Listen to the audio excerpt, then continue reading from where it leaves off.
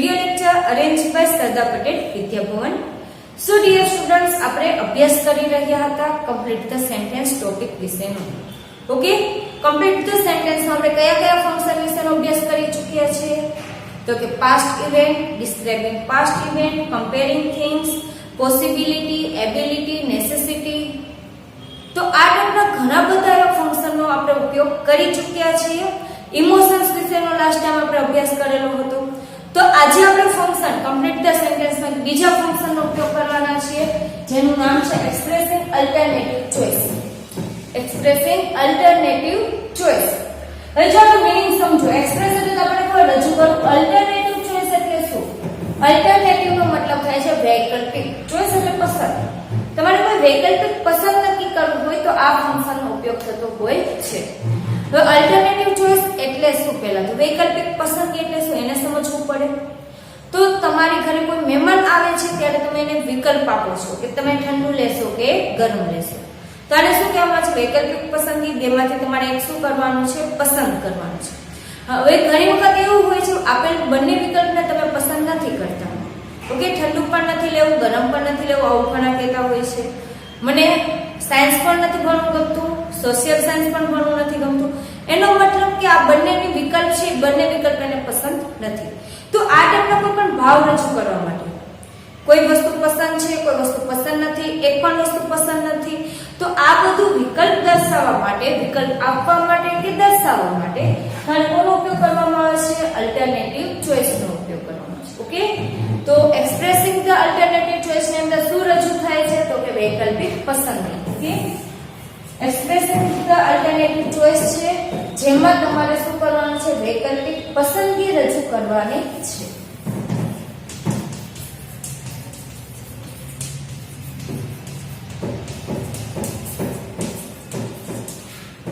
વૈકલ્પિક પસંદગી રજૂ કરવી. ઓકે, હવે આ માટે તમે કઈ ભણી ચૂક્યા છો કંજક્શન ની અંદર.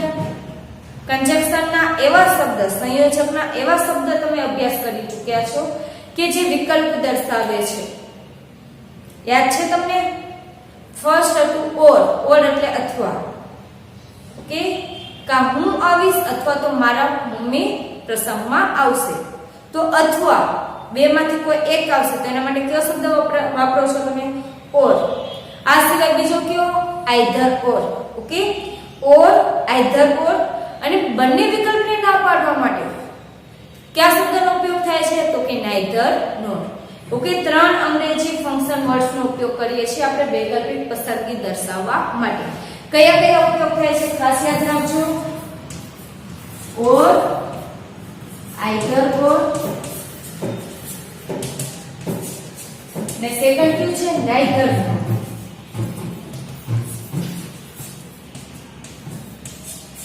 ઓકે, આ ત્રણ ફંક્શનનો ઉપયોગ આપણે કમ્પ્લીટ ધ સેન્ટેન્સમાં અલ્ટરનેટિવ ચોઇસ દર્શાવવા માટે કરીએ છીએ.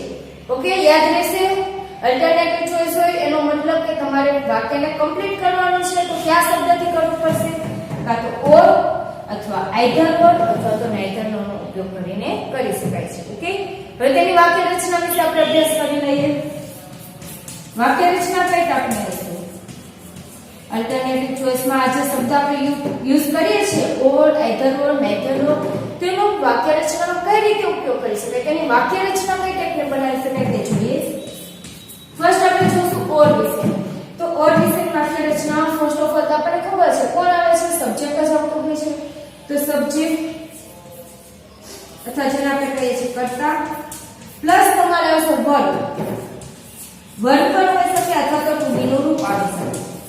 વર્બ એટલે V1, V2, V3 કોઈ પણ ક્રિયાપદનું મૂળ રૂપ, એસ કે es વાળું રૂપ, ભૂતકાળનું રૂપ, ભૂતકૃત કોઈ પણ આવી શકે. અને વર્બ હશે અથવા તો ટુ બી નું રૂપ હશે. તો ટુ બી નું રૂપમાં ક્યાં આવે? am, is, are, was, were, have, has, can, may, might, shall. આ જે પણ શબ્દ છે એને શું કહેવામાં આવશે? ટુ બી ના રૂપ. ઓકે, તો સબ્જેક્ટ પછી વર્બ અથવા તો ટુ બી નું રૂપ આવશે.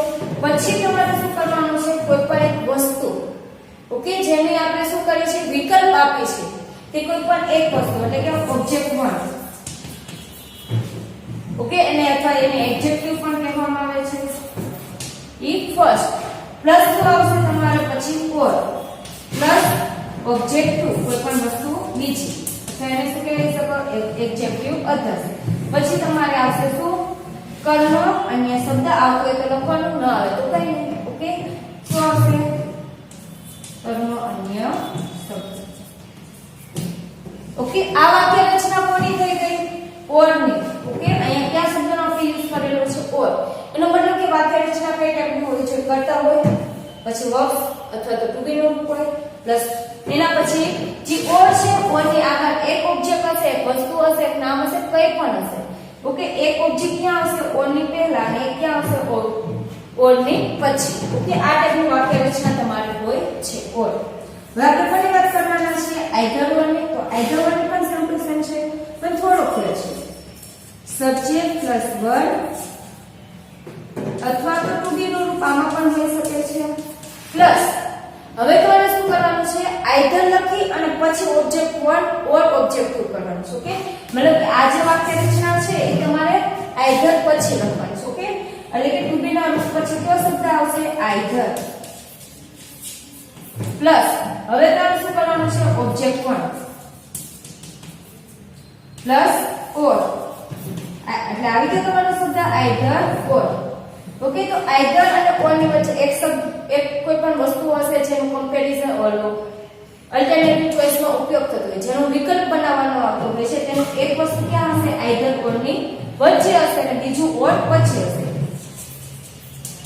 ઓબ્જેક્ટ 2 પ્લસ કર્મ પ્લસ અન્ય શબ્દ ઓકે હવે જ્યારે વાક્ય રચના નાઈધર નોર ની હશે તો same to same either or જેવી જ છે પણ આઈધર ની જગ્યાએ શું હશે neither plus object 1 plus nor યાદ રાખજો ઓર નથી કયો શબ્દ છે એનો આ નોર છે તો neither plus object 1 plus nor plus object 2 plus કર્મ અન્ય શબ્દ ઓકે તો આ હતી તમારી શેની વાક્ય રચના વિશેની તો એક્સપ્રેસિંગ અલ્ટરનેટિવ ચોઇસ વિશે કેટલા પ્રકારની આવે છે પહેલા તો અલ્ટરનેટિવ ચોઇસમાં આવે છે શું તો કે વૈકલ્પિક પસંદગી દર્શાવવામાં આવે છે રજૂ કરવામાં આવે છે તે માટે ત્રણ શબ્દો વપરાય છે ઓર આઈધર ઓર અથવા તો નાઈધર ઓર વાક્ય રચના કઈ ટાઈપની હોય છે તો પહેલા તો કર્તા હશે પછી ક્રિયાપદ હોય અથવા ટુ બી નું રૂપ હશે પ્લસ એક વસ્તુ હશે વસ્તુ કે કોઈ વ્યક્તિનું નામ હશે એના પછી શું હશે ઓર પછી અન્ય વસ્તુ હશે ઓકે એ જ ટાઈપની તમે આઈધર ઓર ની વાક્ય રચના લખો તો તેમાં શું કરવાનું છે થોડુંક ચેન્જ કરવાનું છે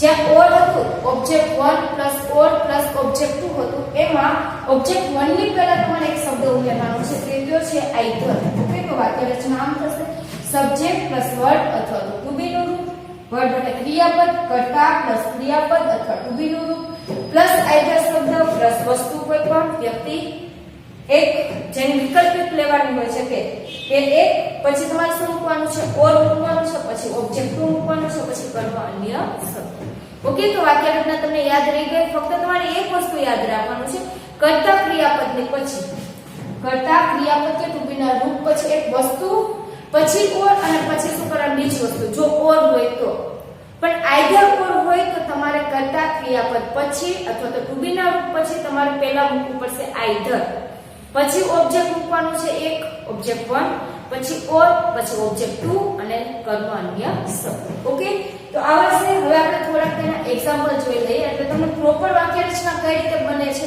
તે સમજાય છે સો ફર્સ્ટ આપણે વાક્ય જોવાના છે ઓર વિશે કોનું જોવાના છે ઓર ઓર ની વાક્ય રચના કઈ ટાઈપની હતી સબ્જેક્ટ પ્લસ વર્બ અથવા ટુ બી નું રૂપ plus adjective word plus or plus adjective 2 okay આ ટાઈપની વાક્ય રચના હતી તો તે પ્રમાણે આપણે વાક્ય બનાવીએ કર્તા તરીકે હું શું લેશું આઈ અથવા વી કોઈ પણ લઈ શકું તો વી ચલો વી વાળું વાક્ય લખી લઈએ વી કેન સ્ટડી સુરત ઓર નવસારી શું કહે છે વી કેન સ્ટડી આપણે અભ્યાસ કરી શકશું અભ્યાસ કરી શકશું સુરત ઓર નવસારી સુરત અથવા તો નવસારીમાં ઓકે તો આ રીતે કાં તો સુરતમાં આપણે અભ્યાસ કરી શકશું અથવા તો નવસારીમાં કરી શકશું તેના માટે કયો શબ્દ વાપરવાનો છે આપણે ઓર ઓકે તો વી કેન સ્ટડી સુરત ઓર નવસારી થઈ ગયું વી જે તમારું કર્તા છે કેન ટુ બી નું રૂપ છે કેન સ્ટડી ઓકે આ તો તમારું વર્બ પ્લસ ટુ બી પ્લસ વર્બ છે प्लस सूरत और नवसारी। आ सूरत છે જે શું છે એડજેક્ટિવ અથવા તો ઓબ્જેક્ટ 1 છે પ્લસ ઓર પ્લસ એડજેક્ટિવ 2 અથવા તો ઓબ્જેક્ટ 2 કોઈ પણ લઈ શકો છો। એના પછી હવે આપણે કયું વાક્ય લખશું આઈધર ઓર। ઓકે તો આઈધર ઓર માં લખું છું આઈ ડ્રિંક। ઓકે આઈ કરતા ડ્રિંક શું છે વર્બ થઈ ગયું આ સબ્જેક્ટ પછી લખ્યું આપણે વર્બ। હવે શું લખ્યું તો આપણે કીધું હતું સબ્જેક્ટ પ્લસ વર્બ અથવા ટુ બી ના પછી તમારે શું લખવાનું છે આઈધર શબ્દ તો લખવું પડશે આઈ ડ્રિંક્સ આઈધર ટી પછી પાછું શું લખવાનું છે ઓર આ ટી છે શું છે એડજેક્ટિવ અથવા તો ઓબ્જેક્ટ 1 ઓકે એડજેક્ટિવ 1 કયું છે આપણે ટી હું આઈ ડ્રિંક્સ ડ્રિંક્સ એટલે ટી પીવું ઓકે તો હું પીસ કઈ વસ્તુ પીસ આઈધર ટી કાં તો હું ચા પીસ અથવા તો કોફી પીસ ઓકે સમજ પડે છે I drinks either tea or coffee હું ચા પીસ અથવા તો કોફી પીસ તો બંને વચ્ચે શું થયો વિકલ્પ થયો હવે ઓર અને આઈધર ઓર બેમાંથી એક વિકલ્પ પસંદ કરવા માટે વપરાય છે ઓર અને આઈધર ઓર પછી નાઈધર નોર છે જે બંને વિકલ્પને પસંદ ન કરવા માટે વપરાય છે ઓકે બેમાંથી એક પણ વિકલ્પ પસંદ નથી કરવો તો કયા શબ્દનો ઉપયોગ થાય છે નાઈધર નોર નો ઓકે જેમ કે સી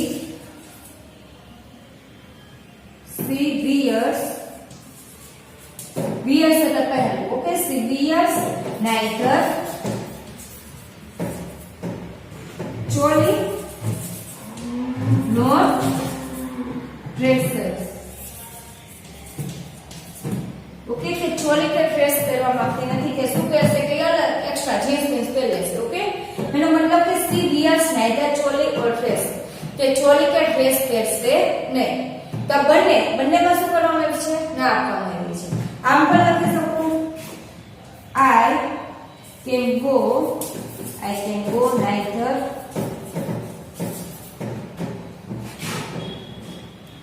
Goa nor Saputara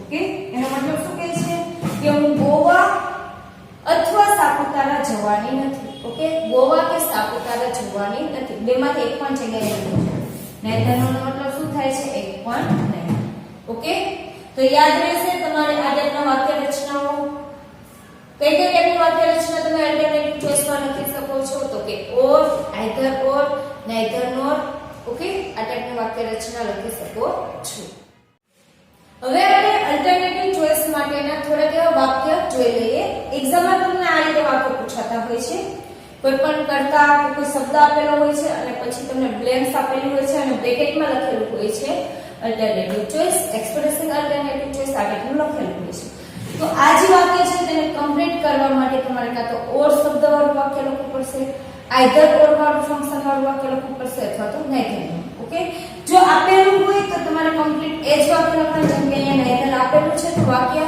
ફરજિયાત નેધર નોરથી બનાવવાનું છે જો નથી આપ્યું તો તમે ઓર આઈધર ઓર અથવા તો નેધર નોરથી બનાવી શકો છો ઓકે તો અહીંયા તમે વાક્ય લખો વી કેન તો શું વાક્ય લખશો વી કેન ઈટ અમે ખાશું શું ખાશું આપણે પાણીપુરી પિઝા હાલો ખાઈ નાખો ઓકે તો વી કેન ઈટ આઈધર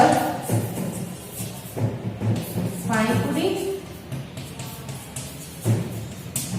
और पिज्जा શું કહે છે કાં તો અમે પાણીપુરી ખાશું અથવા તો પિઝા ખાશું બંને આપે તો બંને ખાઈ જશું હવે એમાં શું વાંધો છે ઓકે તો તમને જ્યારે પણ એક વસ્તુની પસંદગી કરવાની હોય તો તમારે કયા શબ્દનો ઉપયોગ કરવાનો છે આઈધર ઓર ઓકે હવે એના પછી જો અહીંયા વાક્ય આપેલું છે યુ બાય નેધર નેધર નો મતલબ થયો કે તમારે બંને વિકલ્પને શું કરવાની છે ના પાડવાની છે વધારે ડાયા બનવાનું છે અને જે કે પણ વસ્તુ કે એની તમારે શું કહેવાની છે ના કહેવાની છે તો આ વાક્યની અંદર આપણે કોનો ઉપયોગ કરવાના છે નેધર નો તો યુ બાય તું ખરીદી કરી શકીશ નહીં કોઈ પણ બે વસ્તુની તું બેમાંથી એક પણ વસ્તુની ખરીદી કરી શકીશ નહીં બાય એટલે ખરીદી કરું તો આપણે એનું વાક્ય લખશું યુ બાય નેધર એ તમારે મોસ્ટ ઓફ શું ખરીદવું હોય કાં તો કપડાં ખરીદવા હોય અથવા તો રમકડા ખરીદવા હોય તો એ જ વાક્ય લખી નાખીએ તો યુ બાય નેધર ક્લોથ્સ તો કપડાને ખરીદી શકે નો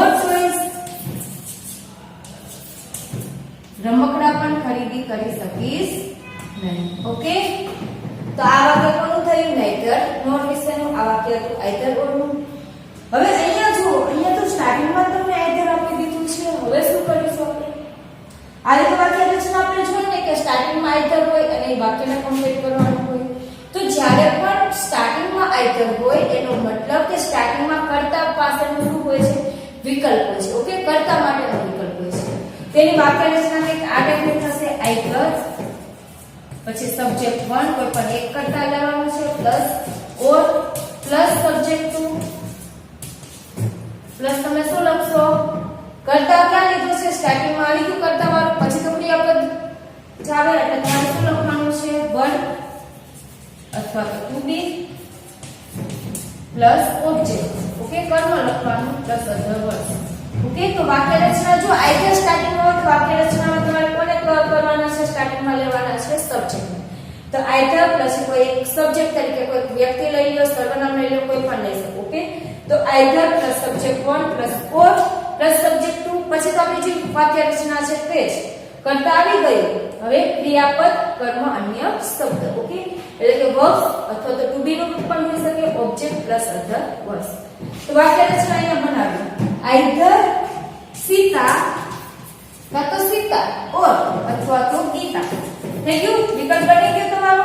આઈધર હતું, સબ્જેક્ટ 1 આવી ગયું સીતા, ઓર આવી ગયું, પછી સબ્જેક્ટ 2 ગીતા આવી ગયું. હવે શું મૂકવાનું છે? વર્બ મૂકવાનું છે. તો આપણે મૂકી દઈએ will go. ક્યાં જશે? તો કે કોઈના મેરેજમાં, કોઈના ફંક્શનમાં. તો either Sita or Gita will go in function. કાર્યક્રમમાં કોણ જશે? કાં તો સીતા જશે અથવા તો ગીતા જશે. તો જ્યારે વસ્તુની બદલે કોની વૈકલ્પિક ચોઈસ કરવાની, સબ્જેક્ટ કરવાનું હોય તો તે ક્યાં આવશે? વાક્યના સ્ટાર્ટિંગમાં. અને તેની વાક્ય રચના આ ટાઈપની થશે. નોટ કરી લેજો તમે.